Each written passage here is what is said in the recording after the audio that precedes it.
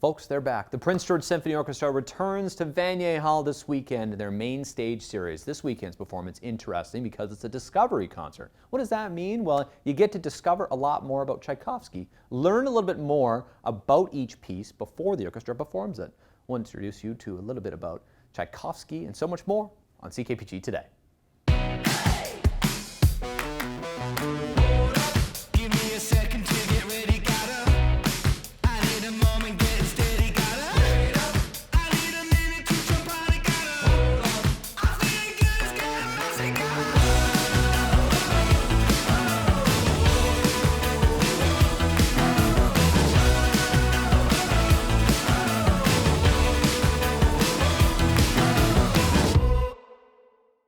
Some would say it's the best day of the year here at Duchess Park Secondary in Prince George, a day to check out student projects or their capstone projects. This is a representation, maybe what some students want to do in their career, something they've learned, a life experience, all of the above. We're going to check out some students today on the show. Tag along with us. Our first stop here at the Duchess Park Capstone Project is Wyatt. And Wyatt, nice to meet you. You got a canoe with a sail here. Yeah, so I built this entire sail canoe, everything except the canoe, obviously. But I worked with my family the entire summer. I spent 3 whole months trying to make this, and I got it to actually sail out on McLeod Lake, and I had a wonderful time. Got stranded a couple times. My parents had to come help me, but it was a blast, and I would do it again and again. I love this sport, and I really enjoy this. So you're a sailor? I wouldn't classify myself as a major sailor, but it's definitely someone who enjoys the sport. Yeah. Okay. What made you want to do this? Like, did you have an idea one day, an epiphany, or? So back in April, I went on a school SALT sailing trip where you go down to Victoria and learn to sail and all that. And I fell in love with it. I loved the feeling of the wind blowing through my hair and the waves crashing around me. And I wanted to bring a bit of it to Prince George. That. Well, I think you did a magical job at that. You're saying, I heard you say, you got this up to 8 knots. That's pretty fast. Yeah, I definitely got it to a pretty good speed for the size of it and what it is. Yeah. Do you worry about tipping? Like, are you a good swimmer? I do worry about tipping. I did actually tip it and cause some damage on the other side, but it's all good. I had to drag it to shore with my family. It was a fun little experience. Don't want to do it again, though. Okay, so as a capstone project, what are some of the most valuable skills you learned from this? Well, a lot of the skills that I took away from this was I'm in a woodworking class, and I spent a lot of my time building all of these sets in class, and I'd say really just my hands-on skills I've developed a lot throughout this entire process. Okay, now we are talking about careers a lot here today with folks. What is your, do you have a career you're planning to go into after you graduate? As of right now, I'm not too sure on what I truly want to do. I definitely know for sailing, I want to keep it as a hobby, but I am sort of leaning towards being an evolutionary biologist. Wow, okay. Sailing, I mean, I guess it kind of goes together. You could do some sailing while you're doing that. I mean, I could probably find some way to make it work. Awesome. That's what life's about, though. Thanks for sharing today, Wyatt, and awesome job here on the canoe sail, but you don't see those combined very often, and I think you nailed it. Yeah, thank you very much. Appreciate that.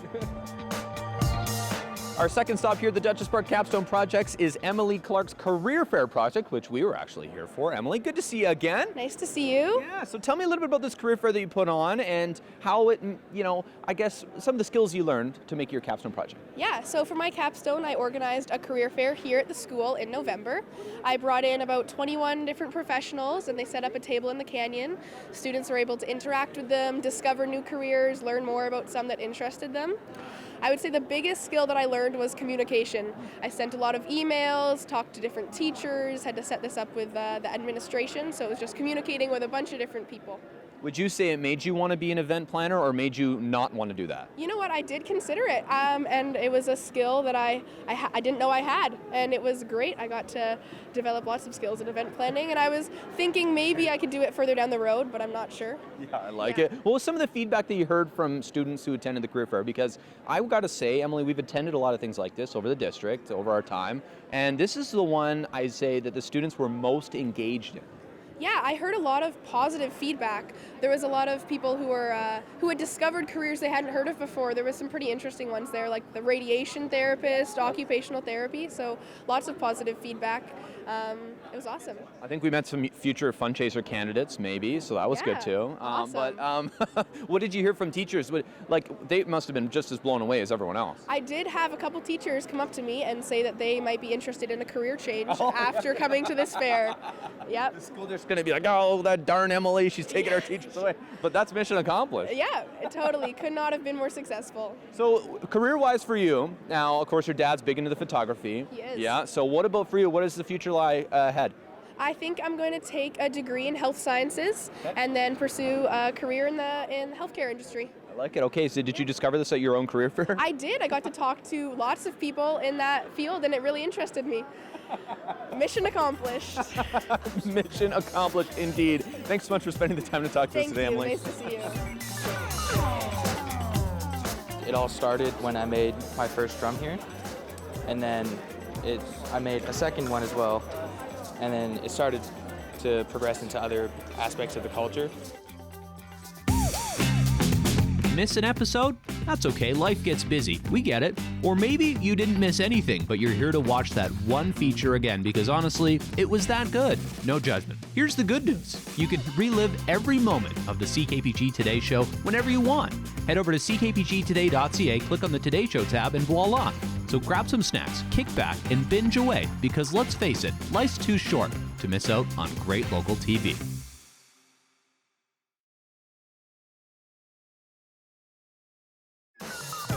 Now our final stop here at the Duchess Park Capstone Fair, and we're stopping by to meet Mr. Samuel Prince. Nice to meet you. Nice to meet you as well. Yeah, so tell me a little bit about your capstone project. There's a lot going on here. Yes, so my capstone project was to become an Indigenous knowledge holder, and it all started when I made my first drum here, and then I made a second one as well, and then it started to progress into other aspects of the culture, such as making moccasins and learning the art style.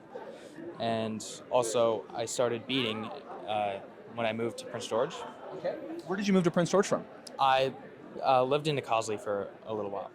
How much of this project has been learning about your own background? I'd say the majority of it. Definitely the drums here, and also the canning of fish and nawas, also known as soap berries in English. Okay.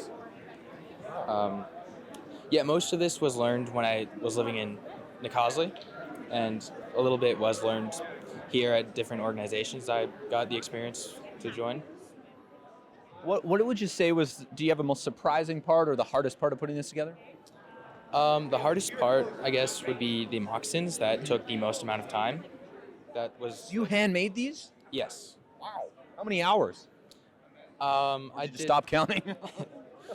I did 1 hour or 2 hours every week, and it took probably like 6 months. Wow. Holy moly. Okay, so steady chip away over time. Yes. Okay. And I'm assuming they're your size, so you can... Is that how it works? Yes. Okay. Well, okay, Indigenous knowledge holding is a really important cultural thing. We've done a lot of learning with the Carious-Sakani folks. Explain to the viewers a little bit about what that means and the importance of it.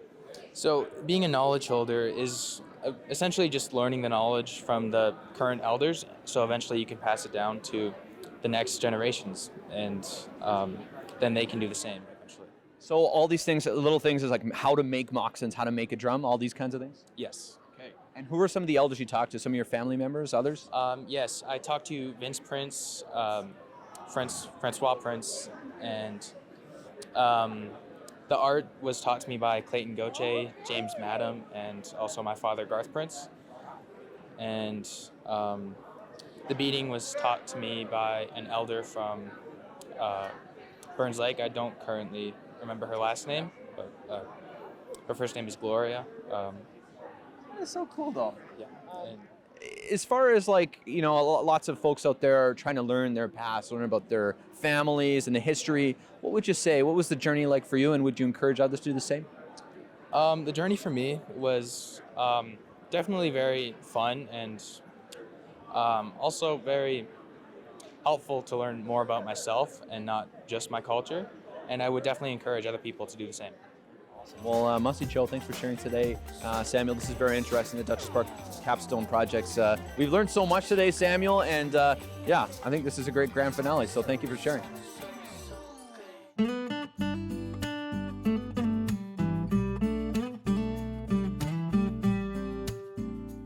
As a great band once said, who let the dogs out? Who? And today, well, we're going to find out because we're going for a special delivery of Coffee with Caden to the folks at Papyrus Printing. And we have some special cargo today for that special dog who's waiting for us on the other end. A pup cup, as you might be able to see on your television now. They do this here at the Open Door, and we're making our first delivery of one on a great edition of Coffee with Caden today. The delivery has made it here to the good folks at Papyrus Printing in Prince George, complete with the pup cup, and the puppy is waiting for his pup cup. But until we get to that, Tucker, he actually has his own business card here. Before we get to that, we're going to ask these folks at Papyrus Printing a little bit about what they do, in case you didn't know here in Prince George. We'll ask you first, tell me a little bit about Papyrus Printing, your history with it, and what you love about it. Family business, started in 1977 by my in-laws, and yeah, still operating with the same family. Still printing away. Still printing away. Okay, you won the entry for the team. Yeah, come on in here too. But why did you think the team here deserved coffee? Because we're a great team. We have half of our staff has been here for over 30 years, and the other half is coming on 10 years. Wow, okay, 30 years, wow. Yeah. So how much has changed in 30 years for your work designing? Everything. Absolutely everything. Because I can't even open an email now, like it gets me confused sometimes with the AI, everything, so it must be the same for you. Everything. We used to actually have to draw lines on forms by hand. Yeah, that's a foreign concept to me. Yeah. So you guys do everything from like business cards, like for Tucker, to calendars, to custom printing brochures, everything. Flags, banners, large format, signage, you name it. I like it. Goals. And now we of course make TV, but we also like delivering the coffee from the Open Door Cafe. They got some great, a kind of a spread of different kinds here today, Kim. Which one are you looking forward to the most? Some sort of vanilla latte type flavor. Vanilla latte. Now, if anyone has a printing question, call you guys. That's what I'm hearing. Okay, good. Call the team at Papyrus Printing for that. And if you're looking for good coffee, good people, good friends, call the team at the Open Door Cafe. They got some Valentine's Day stuff going on as well. So a great delivery of Coffee with Caden. We are going to complete with the delivery to Tucker. Okay. Is he Golden Retriever? He is a Golden Retriever. Golden Retriever. Okay, time for him to retrieve his pup cup. Does he do any tricks? Shakes. He shakes, okay. Okay, well shake. Wow. Okay, down. Down, okay, good. Okay, now turn around, face the camera. There you go. Look at that, a nice pup cup for Tucker. If this isn't motivation for you and your crew to get Coffee with Caden, I don't know what is. All you have to do is enter online at ckpgtoday.ca and you could be our next recipients for Coffee with Caden. Cheers to great coffee from great people at the Open Door Cafe.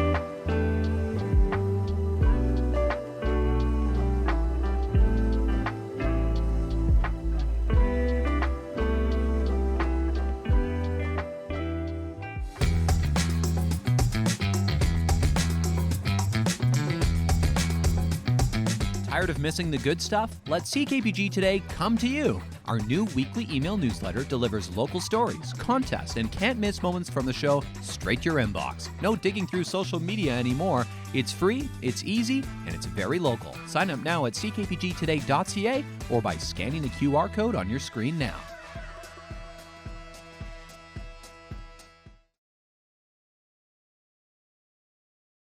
The Prince George Symphony Orchestra returns to Vanier Hall this Saturday night for Discover Tchaikovsky, the Discovery Concert, some of my favorite, which we're going to explain a little bit more with Mr. Michael Hall on the show today. Welcome to back. Thank you. Great to be back. Yeah, so tell me a little bit about the Discovery Concerts here, Michael, for those who don't know. All right, so this year we're playing Tchaikovsky's Fourth Symphony, one of his most personal symphonies, very emotional, very direct. The symphony is about fate. And how fate can, when you least expect it, your life goes in one direction as opposed to another. So what we do in the first half is that I talk about Tchaikovsky and his emotional state at the time he wrote the piece. Okay. What was he going through? What was his struggles? And how does it reflect in the music? So we talk about Tchaikovsky. There's a huge screen on the stage, and you'll see pictures of Tchaikovsky and pictures about his world.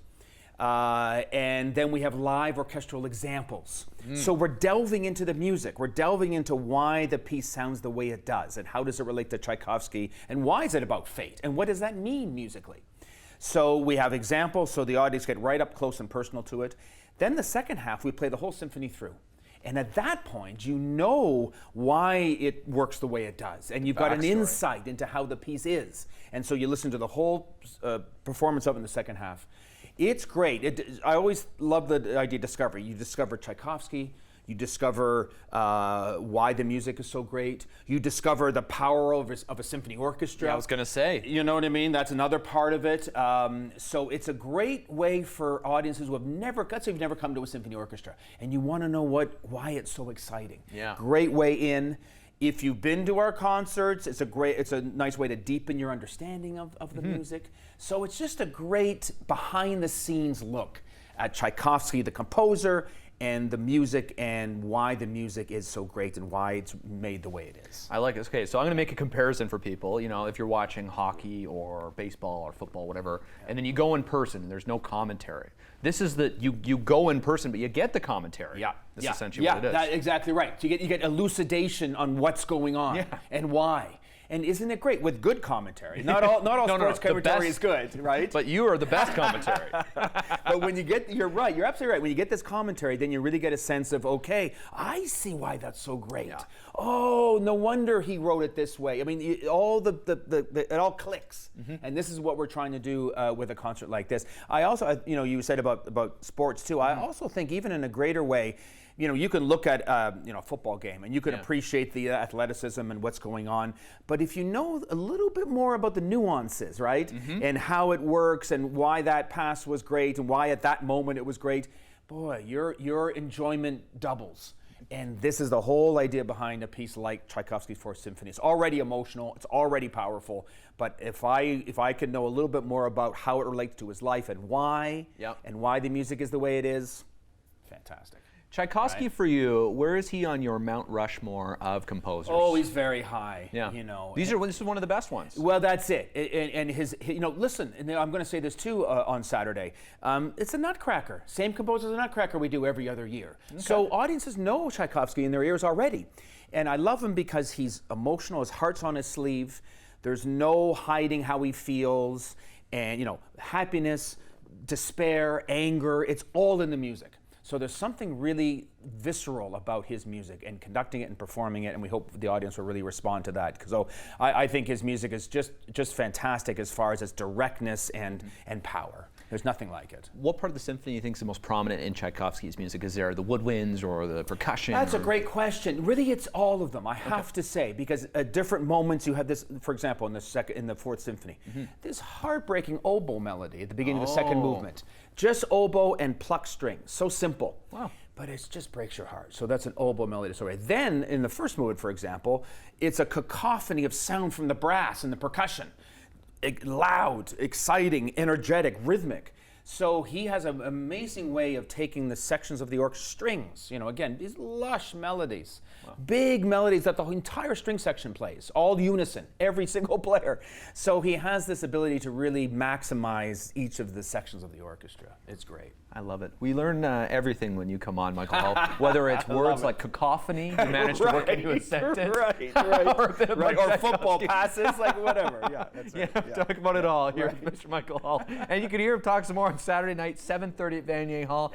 Tickets are moving fast. We'll link it on our website, ckpgtoday.ca, in case you missed anything.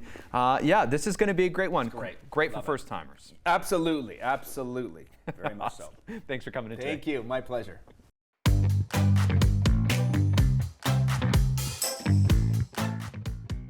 Taking a look outside at our CKPG snapshot of the day. This is a great one to end the week from Connor Westergaard. Beautiful shot from the Northern Lights, Aurora Borealis, out on the Crooked River. And this is just magical stuff. Stuff so good you think AI could do this. No, Connor does it better. That's how good he is. Thanks so much, Connor, for taking a trip out there in the middle of the night to get this shot. You got the reflections, you got the Crooked River. Maybe you had a nice little swim in Livingston Springs after as well. Maybe not. No, not with the camera, for sure. But anyways, folks, we'd love to see your snapshots. Love to see your adventures, just like Connor's today. Snapshot@ckpg.com is our email.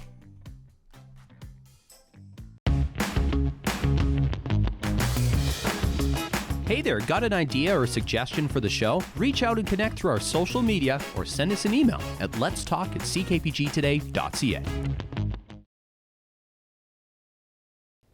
You think if you're trying to film a winter movie in Prince George, what seems like a good time of year? January, February, yeah, right in the middle of winter.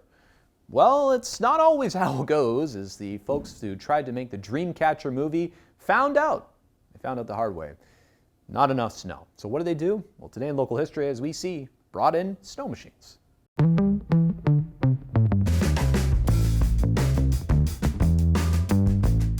Taking a look back to 2002 was the filming of a big-name movie here in Prince George, Dreamcatcher. This is the movie, of course, who brought the likes of Morgan Freeman and one of the Wahlberg brothers as well to town. And, well, Mother Nature wasn't exactly helping them with this wintry hunting trip theme of the movie. They had to create their own snow in the middle of January in Prince George, British Columbia. Sure, that wasn't exactly what they had hoped for, but as you can see here, the snowmaking machine, similar to what they actually look like about 20 years later. It's maybe most interesting at all. You find them like that at Otway. It was making snow on a city street, getting ready for that filming of the scene. Yeah, you know what? I kind of thought, winter in Prince George, you're pretty safe, January, February. Well, the 2015 Canada Winter Games is the thing I always look back at and go, yeah, is it ever really safe? I mean, the Oval melted in the middle of February. It's just how it goes. You get a weird wind and voila, melting.